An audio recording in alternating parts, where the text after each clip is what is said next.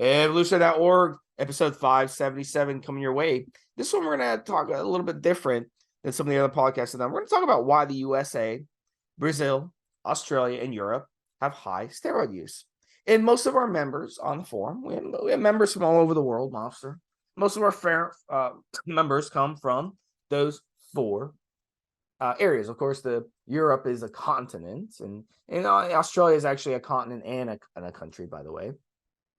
And then, the U.S., and we got Canada as well. So we got to include Canada in that as well. Although Canada has a tenth of the population of the United States. And, these countries use steroid use. I've been around the world, and I've been to countries where steroids are illegal. And you can walk into a pharmacy and you can ask the pharmacist. You don't need a prescription. You don't need any type of paperwork or anything. You just ask them, hey, I want some testosterone, and if it's his discretion, he might ask you what he needed it for. I'll just tell him straight up, look, I want to put on muscle. I want to boost my libido. I want this, I want that. And he'll hook you up with it. If he deems it, if he makes that decision himself. You don't have to go to a doctor. There's no middleman to get these types of things. Same thing with things like antibiotics. I mean, parts of Mexico, you can go to Mexico and you can buy antibiotics over the counter. In the United States, you have to go to a doctor to get a prescription for antibiotics. So same thing. And you can actually bring antibiotics back. A certain amount you're allowed to bring back in the United States legally. So, but obviously you can't bring back steroids across the border. Once you do, you're breaking the law. So, but why do those countries not use steroid use? Mexico, for example, anabolic steroids are legal. You can have them. You can't.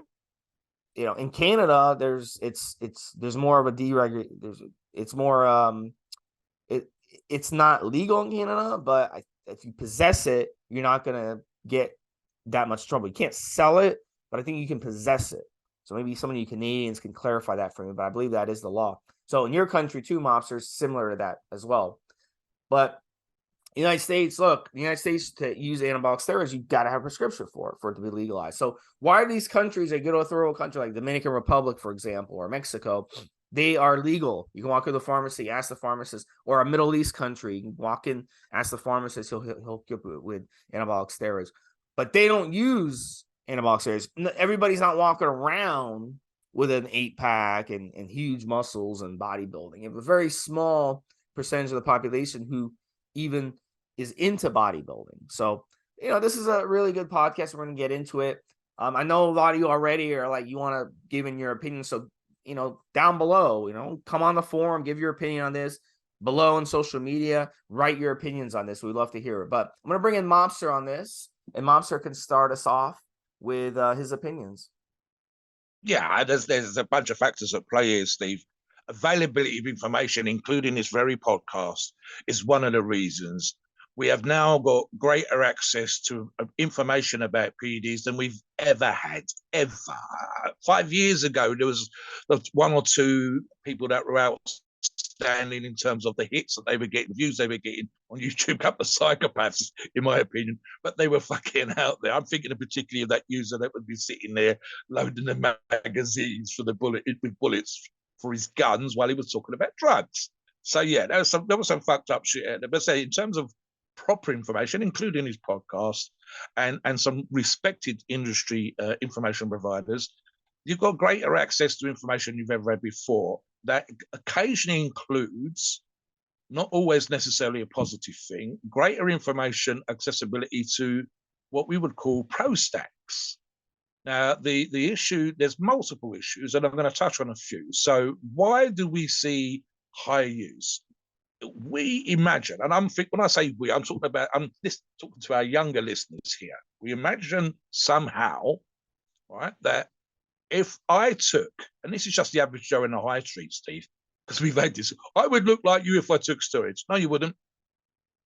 You would not. You don't train like me. You don't eat like me. You haven't put the 40 years in the gym. You would not. Steve is shorter than me. He's not going to get taller doing the same steroid stack as me. I'm a strength athlete. Steve is not. We don't train the same. So therefore, I won't look the same as Steve if I train like Steve, and he won't look the same as me. And that's just time under the bar, and that's just obvious common sense. But you try to explain it to Joe's on the high street, I would look like you would not. And so the issue here is, and this especially applies to the younger listeners, you would not become Jay Cutler, you will not become Ronnie Coleman if you took their steroid stack. Arguably, their genetics are outstanding, but we imagine somehow that they are taking more steroids than anybody else.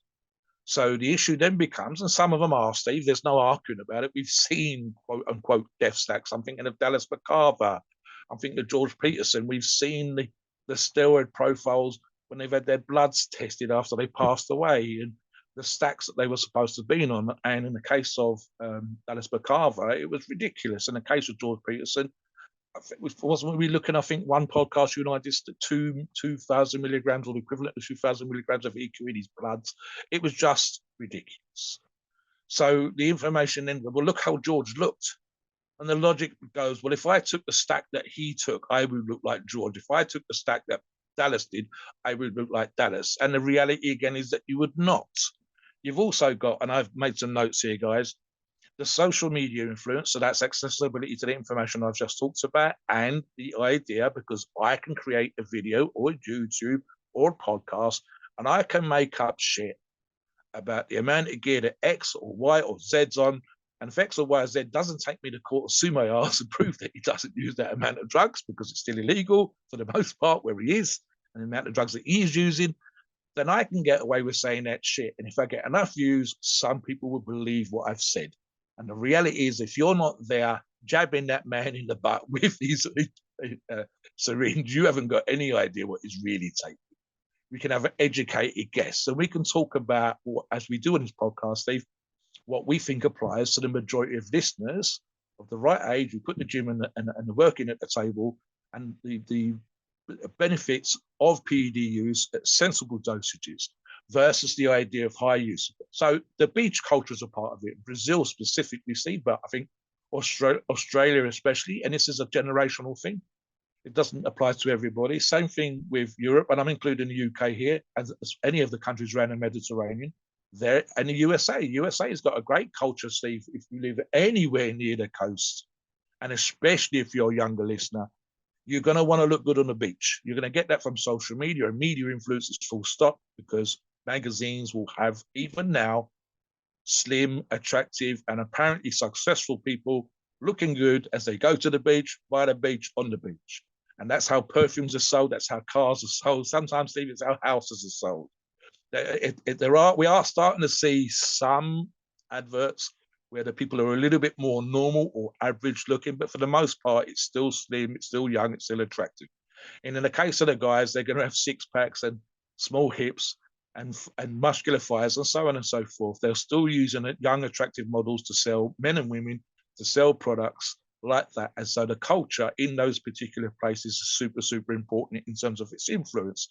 Something else I touched upon, Steve, in terms in the pre-show with Steve, and I said, it's the more is better thing. And that's very much, I think, Steve, and I said, it was my particular opinion, the more is better thing is very Western.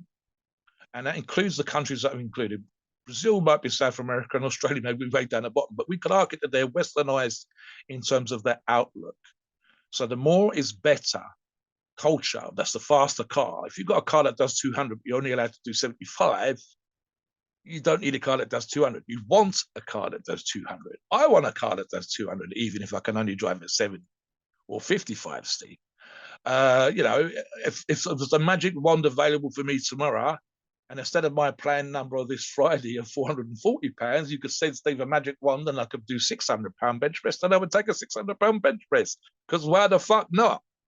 So the same kind of logic, the same kind of desires of more is better applies to us, and especially in the particular countries listed, because that's the thought process that we've always had. In reality, we sometimes forget how rich we are, how strong we are, and so on and so forth. How fast our car can drive, how safe our car is, and so on and so forth. And we're not comparing it with perhaps other countries like Asia, China, Africa, and so on and so forth, where just being able to eat, never mind train, never mind have a 300-pound or 400-pound bench, these things aren't as important. literally being able to eat and have a roof over your head is important. And we forget in the West, in the westernized countries, just how much of that stuff we actually have. Even when we think we're poor, we still got a roof over our head. Even when we're poor, the car still does 55 miles an hour and we've got a car. So it's that kind of Western attitude about more is better. And as I said, Steve, you and I have done shows on these kind of cycles, the death cycles, Dallas McCarver and George Peterson, where we were talking about the sheer number of steroids in the stack and the amounts that were in the stack. And I think that available information has an influence. Now, it should just be a piece of information. This is what someone else did, and this is how far they took it. It doesn't actually need to apply to the typical listener or user. So what do you think about that availability of information, Steve, and us knowing about just how crazy stacks can be and the possible influence it might have on listeners?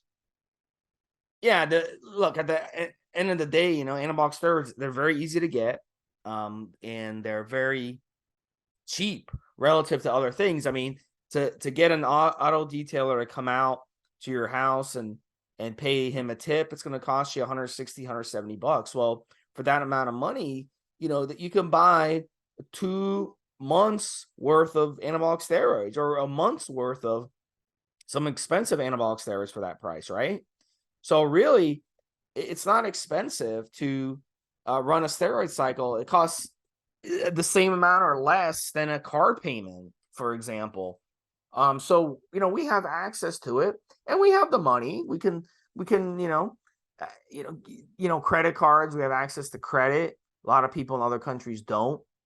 We can run up our credit cards, and it's not that difficult for us to acquire them. So the ease of access makes a big difference too. And then the economic thing in a lot of these third world countries, they're just trying to eat food. I mean, a lot of people, I think there's 1 billion people or more, mobster. It might be up to like 1.5 billion people in the world actually survive on $1 a day of food.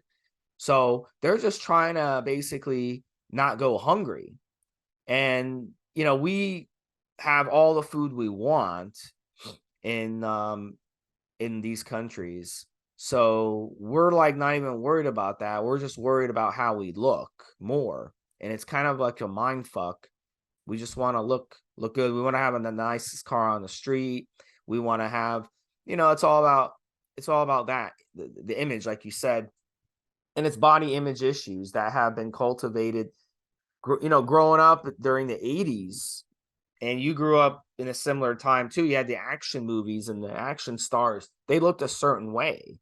Arnold and Sylvester Stallone, and these guys, they had the big muscles, they had the muscularity, they were ripped, they had the six packs.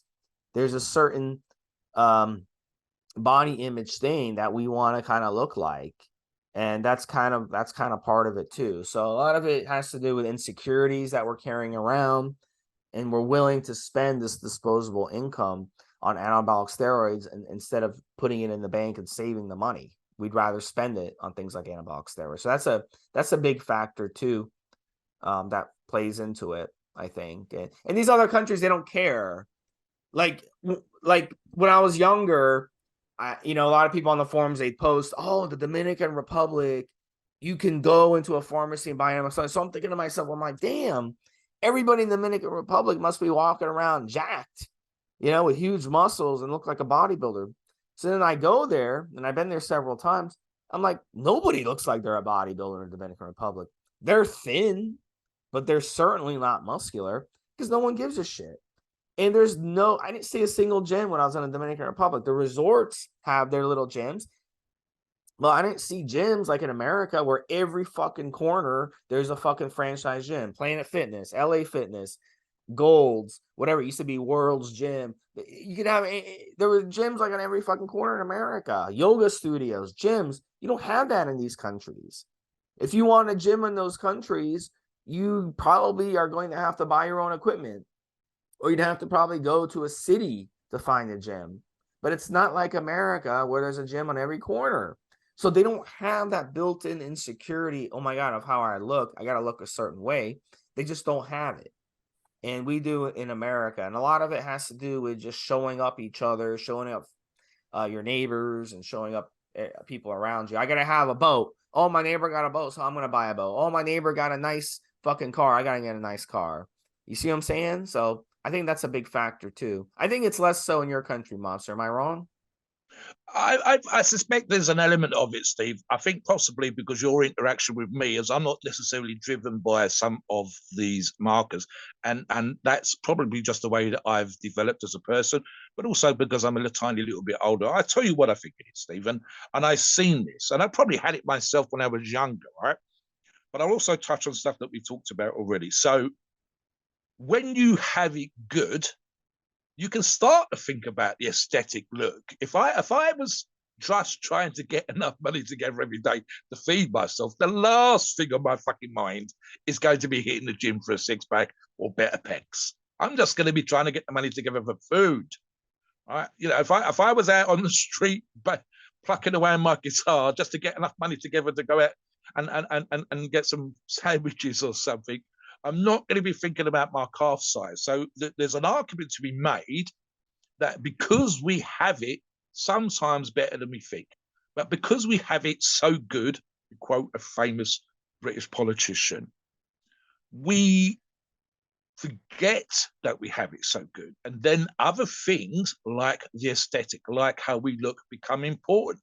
In reality, we're not having to go out and scrape food off the ground in some field. We're not having to go out and spend 12 hours plucking strawberries off the ground or something for a farmer for $15 or whatever. You know, both our countries, in America and the UK, we're arguing about minimum wage, and we're talking about the cost of electricity and other bits and pieces. But we'll be moaning while we're using our cell phone. We'll be moaning while we're getting satellite TV and so on and so forth. So the reality of our societies are actually, in a positive way, is that we have it good, and therefore we can afford. This is a great thing. We can afford to look at things like the aesthetic. We can afford to spend money on steroid stacks to look good, because it's something else. It's an argument for the society. Perhaps we should be looking at science and poetry and history and doing things with our planet, but you tend to focus on the self first. And there's an appreciation. I do this all the time, Steve. I talk about one of the drivers for me in the gym is ego. The id, the person I believe that I am. And therefore, the drive's not the only driver. It's not my driver every single day, but the driver of why I do things is for myself. So listeners will understand that. You want sometimes to argue that the reason you want to look well, you want to look is to attract a partner, sexual partner, more women, more men, more whatever the hell you're into. And therefore, if I look better, I'll get more sexual partners. And reality of the situation is that might be true up to a point. But after a little while, especially if you stay into it and you keep going at it, it tends to be more for your own satisfaction. That you enjoy training, that you enjoy how you feel when you're strong, when you feel muscular, and so on and so forth. The beach thing, and I'm thinking specifically of South America, Steve, Rio de Janeiro, Brazil, and so on and so forth, would be, if you've ever seen, I mean, Steve touched on a country just now, the beach thing, when you've got some fine, if you're a man, a fine young piece of ass walking around in this tiny little bikini with look a pair of peaches at the back and a couple of something else at the front, and so on and so forth. It has to be wow, and it's an appealing thing, and and on a hot beach looking good is going to be great. Now, if you can offer the same with a six pack and some tight glutes and some muscular thighs of your own and broad shoulders and so on and so forth, then you've probably got way better of a chance, especially if it makes you feel confident about being able to talk to them, hook up, and so on and so forth. So I get that aspect of it. But as I said, I think it's more the availability, as Steve said. There's actually a great argument. I think Steve said this at the beginning. First off, and this is another podcast that we just shortly recorded, we have a greater accessibility to performance enhancing drugs than we've ever had, whether that's peptides, growth hormone, any of the steroids. Accessibility now is at its greatest as it's ever been throughout history, ever. The number of labs, the number of approved labs is at its all-time best, Steve. Absolutely. The competition between labs, the prices are on what it costs you and many hours you need to work for it, probably at an all-time low. That sounds a bit silly. You could go, oh, it used to be $20 back in the day. Motherfucker, you had to work for 3 hours for that $20. Now you work for an hour. It's less. You are, and there are deals. So the ability, as Steve said, just stuff that we, I know people, Steve, they get fast food delivered and they'll spend as much on an evening meal, pizza and some Coke and some fries and whatever else, as you and I can get for a month's supply of testosterone. That's how cheap it is. Food for 2 or 3 people, a month's supply of testosterone. And it's, I don't think the prices locally have changed for years, Steve. So it's definitely getting less and less as we get paid more and more, slowly but surely. So price-wise, it's as cheap as it's ever been. And therefore, if we can afford it, we can afford bigger stacks. So there's an argument to be made for that. But number one, I think, as I said before, is the accessibility of information. You and I have accessibility to a professional bodybuilder on our forums. You have interviewed on podcasts that we've done previously, and guys, please go back and check them out. People that were on their way up as pros and have actually ended up on the Olympia stage. We've done profiles on the Olympia level bodybuilders, and we've done multiple of those where we say, this is what we think this particular person might be using in those. And they've been fun. People love those. But people like to hear that information. The only issue for me, and this is part of the reason why I think high steroid use is there, is because the logic, it seems to think that if I did what they did, I would look like what they look like. And the truth is that is not the case. You and I, as I said, we got access to a pro bodybuilder on our forums right now. And the last time they run a log, they were using 2.5 grams of test per week. Right now, I'm using the all-time highest I've ever used as we record this podcast. It's just about to finish, and it's 1,100 milligrams a week. My previous was less than, I think, 900 milligrams. I'm going to say 860 something, or it might have been 760 something. So 3/4 of a gram. All-time high, the most I've ever used it. And still not half what a professional bodybuilder that you and I could talk to as using. So definitely, I think it's that influence that their listeners. Why do you think the numbers are so high? Why do you think that you yourself use the numbers that you use? Is there science? Is there thought? Is it logic? Or is it simply because pro bodybuilders out there and access to information and influence has made you think that you need to use those kind of numbers? Give us your feedback. Let us know what your thoughts are. Please note, we're not doctors and opinions are ours. It's our view and based on our experience and views on the topic. Our podcasts are for informational purposes and entertainment only. The freedom of speech and the First Amendment applies.